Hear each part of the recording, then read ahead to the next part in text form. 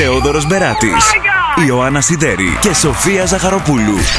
Ζήστε τις καλύτερες στιγμές τους ξανά τώρα. Okay, we're ready.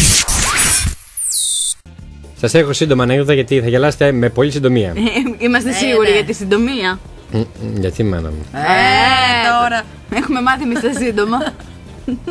Η Ζαχαροπούλου, Ναι. Λοιπόν, ευχαριστώ. Διατριβή.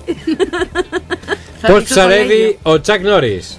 Εσύ και εσύ έξω. Το ξέρω αυτό. Καλό. Γιατί δεν υπάρχει ζωή στον Άρη? Γιατί ο Τσακ Νόρις είναι ΠΑΟΚ. Μπορεί εσύ να μην την παλεύεις, αλλά ο Τσακ Νόρις την παλεύει πάντα. Ο Τσακ Νόρις έδωσε άδεια στη σημαία.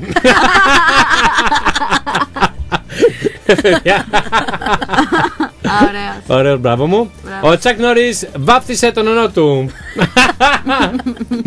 Το Υπουργείο Υγείας προειδοποιεί. Ο Τσακ όχι. Ο Τσακ όχι δεν είναι το πει. Το οξυγόνο χρειάζεται τον Τσακ για να ζήσει. Ο Τσακ Νόρις όταν κοιμάται δεν βλέπει όνειρα. Τα όνειρα βλέπουν τον Τσακ Νόρις. Παιδιά, τι πτυχία αυτό. Παιδιά, συγχαρητήριά μου. Τόση μεγάλη πτυχία, δεν το ξαναζήσει. Το ξέρω. Το ξέρεις, καρδιά μου, μπράβο. Το ξέρω. Το ρούλι μου. Μπράβο μου. Σιγά μου, έχω μια απορία. Εγώ τι έχω παραγγείλει, τσάι ή χαμομήλ? Χαμομήλ. Και αυτό τι είναι? Τσάι. Γεια σου. Καλημέρα μας. Καλημέρα. Αυτά είναι τα καλύτερα και συμβαίνουν μόνο στον 91,1 RSA.